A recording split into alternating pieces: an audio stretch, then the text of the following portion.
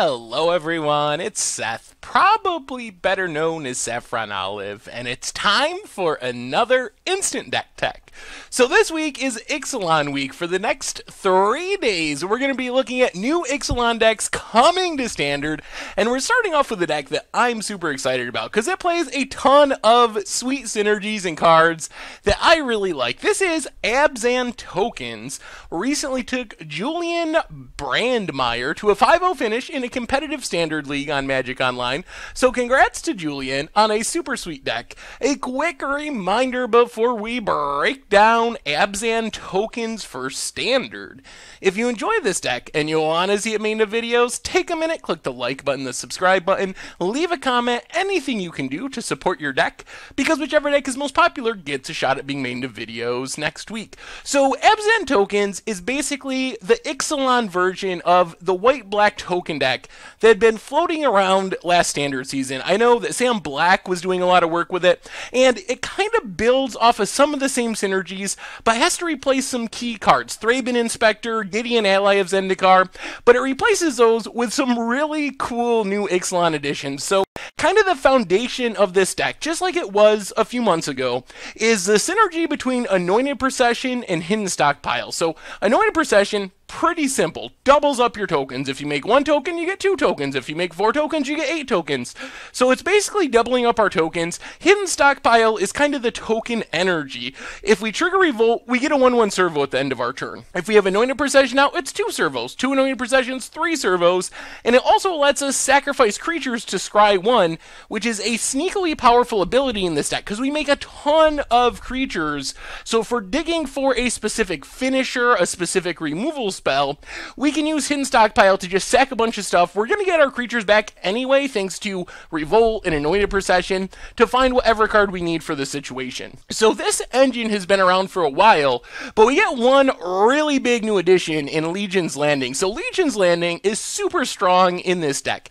Comes down as a 1/1, makes a token, which is awesome. If we have Anointed Procession, obviously doubles up.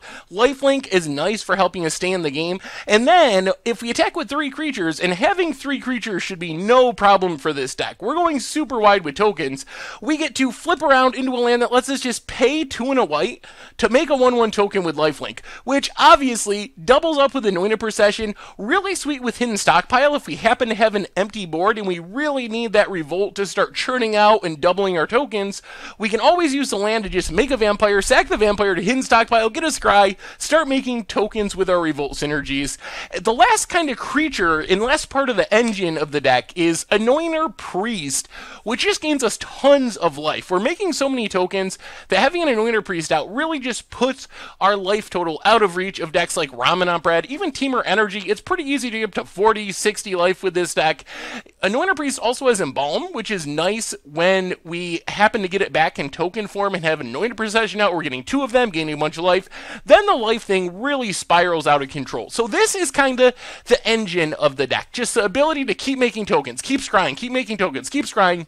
This isn't all that good at winning us the game. I mean, we can just go on the 1/1 beatdown plan, but for the most part, these tokens are clogging up the boards, keeping us alive while we get to our finishers. And the finishers are where you really see the impact of Ixalan. So our big plan for closing out the game, after we just gum up the board with all these life-linking tokens, gain a bunch of life, is we'll eventually find our Vraska Relic Seekers.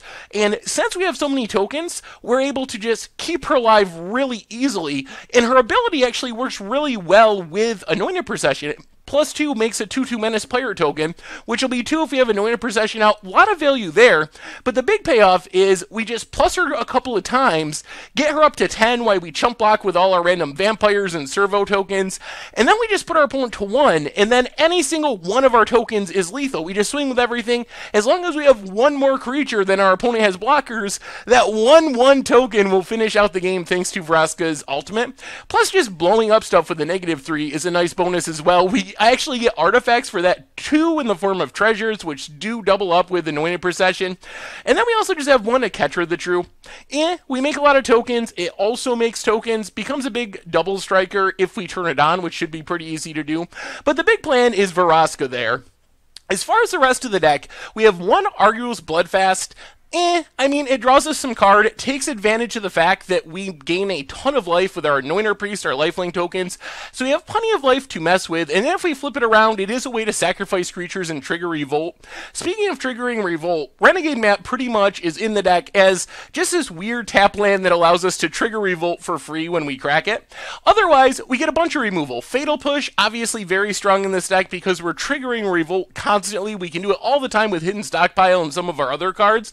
So we're killing bigger things in most decks very consistently with Fatal Push. Cast Out just gets rid of everything, and then Fumigate is super awesome in this deck because we have so many tokens. If we blow them up, we gain a ton of life, so it's not only a way to deal with all of our opponent's stuff, get rid of Carnage Tyrants and other hard to deal with threats, it's also just a huge life gain spell, and then our stuff dies, which triggers Revolt, so we just immediately start rebuilding on our end step with Anointed Procession, doubling up our servo tokens, so we can rebuild much faster than most of our opponents because all of our engine pieces will likely be on the board by the time we Fumigate.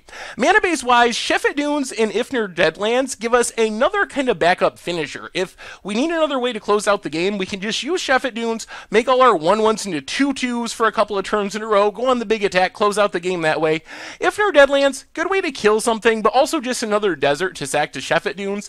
Otherwise, Concealed Courtyard and Evolving Wilds as duels. Evolving Wilds, sweet because it triggers Revolt. And then some basics, couple of swamps, a bunch of plains, and one forest. That's our only way of casting Vraska, but since we can scry so much with our Hidden Stockpile, shouldn't be too hard to find either Evolving Wilds to get our forest or just our forest directly.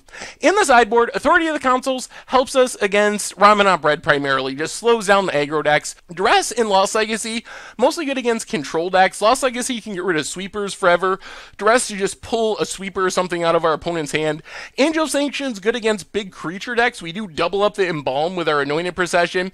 And then one Call for Unity, which is a sneaky way to trigger Revolt with the treasure tokens from Vraska, with our Evolving Wilds, some of our other Revolt triggers. It's pretty easy for us to just sack a servo to Hidden Stockpile and then put a counter on 10 servos or something and grow this huge army out of nowhere. So a pretty sneaky way to go big with our tokens along with going wide.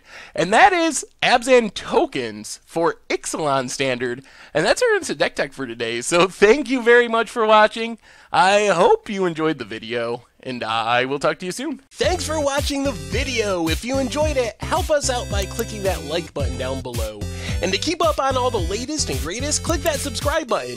And don't forget to hit that bell icon to get alerts whenever we have new videos. And if you want to, check out some of our other sweet videos here and here.